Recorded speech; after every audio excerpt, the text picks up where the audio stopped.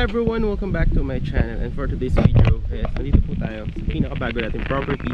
Ito po is farmlet po siya for pre-selling, and dito po yung located at Amadeo, Cavite, and very near. Ito lang po siya along Barangay Road, and from the east-west road, kung sa-search po sa Google, is around 500 meters lang po siya. So I will show you a video po nung aking motorcycle from the highway. So going to this property at the end of the video. So and then if you are from Manila, no, and you are planning to get a lot here, very accessible po siya via the Calax na exit po sa Aguinaldo Highway, and very near dito sa East-West Road natin. And from this property going to Tagaytay is around 10 to 15 minutes, andun na po tayo. So actually cold weather po dito. Right now it's 12 noon, no? And very accessible siya. So this is the property, yeah. So this will be developed and be a concrete road with drainage, with lines for electricity and water, no? And there's actually available lots na mga 1,000 square meters, 700, 500, and meron po siyang included na free house, no? Free house around 17 square meter, and then included din yung perimeter fence if yung makuha mong property is dun sa may perimeter, no? And yeah, there will be also lines for water and electricity if I'm going over. And then pwede nyo po siya lagyan ng mga pangarap yung rest house, or you want na mga tanim-tanim, basta bawal lang po is poultry. So yeah, ito yung property, guys. Actually under development siya right now. So yeah, ito yung mga equipment. Kaka-open niya lang last November, no? Last November. And siguro para mas ma-appreciate nyo muna yung ating property na ito, is paliparan muna natin siya ng drone shot para makita nyo ano ba yung nasa likod na itong property. So yeah, here's the drone shot that you will see here on 3, 2, 1. Please watch our drone shot.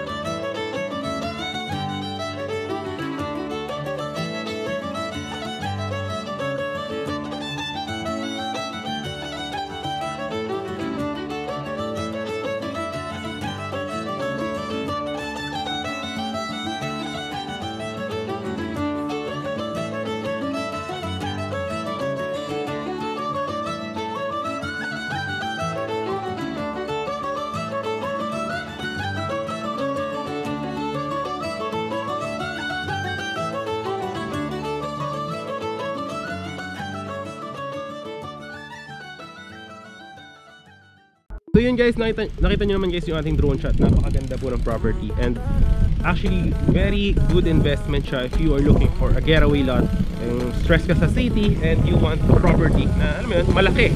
And actually malapit lang din naman siya sa mga establishments, mga mall, wet market, schools, and ano po yung hospitals. So this is actually accessible kasi yan na rin mismo yung Barangay Road. And yeah, marami rin mga katabi dito ng mga houses, yan, mga private farms, no? And may mga resorts din. Tapos yeah, ito yung ating property. Actually ganyan lang din naman ang itsura dyan.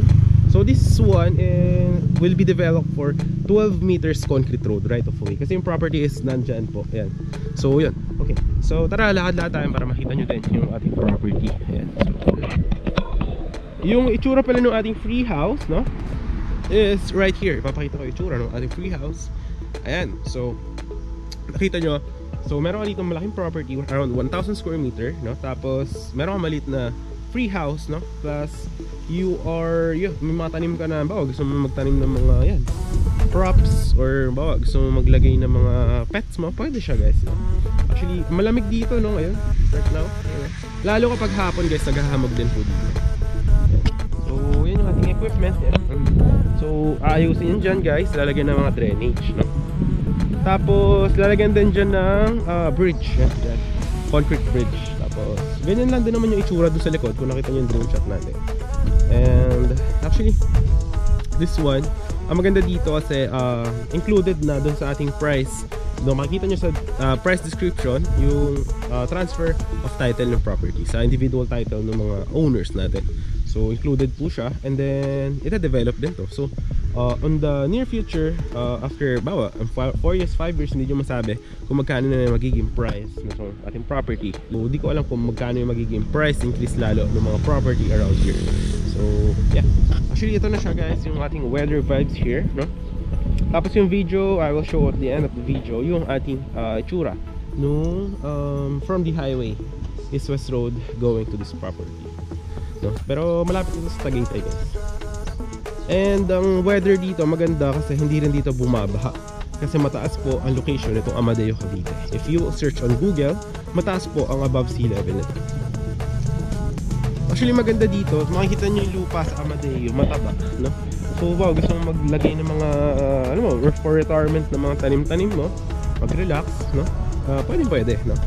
And maganda dito guys, marami rin bilihan ng mga halaman malapit dito sa property na to. Yung mga may private na mga garden shop, mga plant shops. Yeah.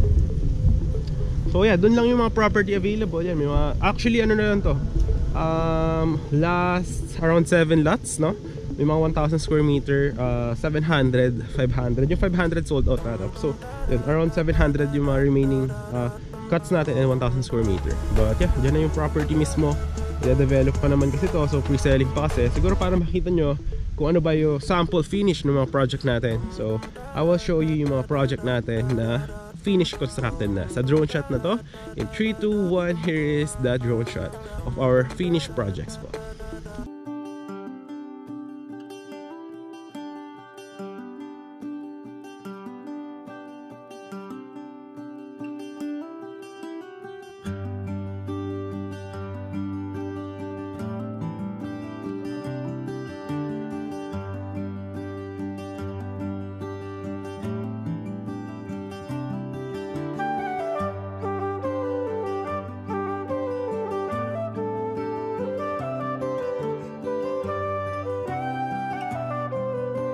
Guys, nakita nyo naman yung mga sample natin, mga projects. So talagang napakaganda and napakarami dito guys around Metro Tagaytay.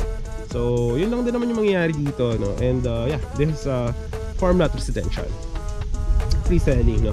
And yeah, this will be ongoing development for the concrete roads. And yeah, ganyan lang din naman yung itsura doon sa likod. So yun lang guys, hope na nagustuhan nyo yung ating video for today. If you do like the video, kindly hit the thumbs up. And syempre, huwag mo kalimut subscribe yung ating channel. And hit mo na rin yung notification bell para updated ka sa mga next upcoming videos natin. So yun, yung kagandahan nito is farm lot with free house po siya. Farm lot property na napakalapit po sa Tagaytay. Ito po yung ating highway. Ayan. This is East-West Road po. Ayan, nandyan po yan sa kaliwa and kanan. And from the East-West Road is around 3 minutes lang po going to the property. And if you are going to Tagaytay, diretsuhin nyo na po yung kalsada na yan. It's around 10 to 15 minutes po going to Tagaytay. And right now it's around 5 PM exactly. So ano po siya, ito po yung weather vibes natin.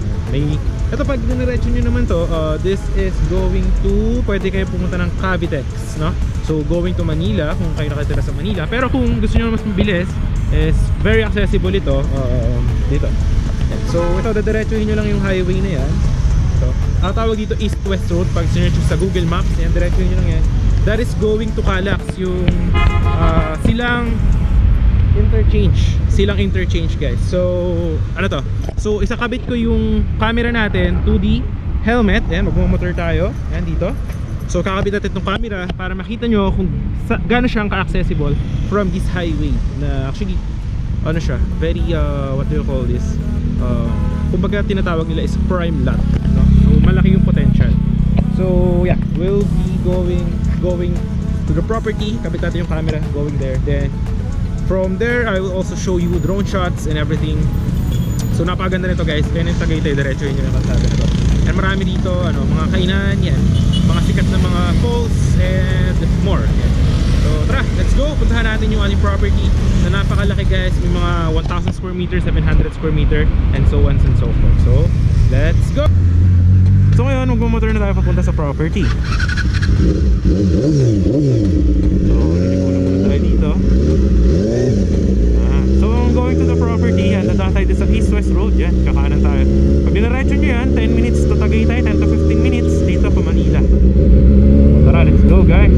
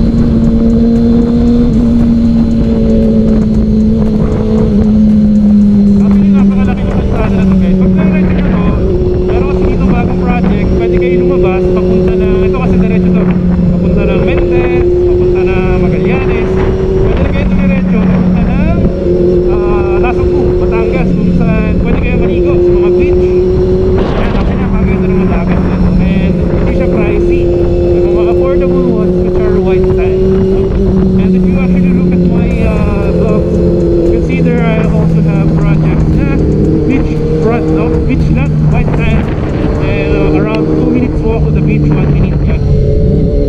So yun guys, from the highway doon sa may main highway kanina, nagkakanan lang tayo dito guys. So tara, let's go to the property. So free selling po ito. Yan.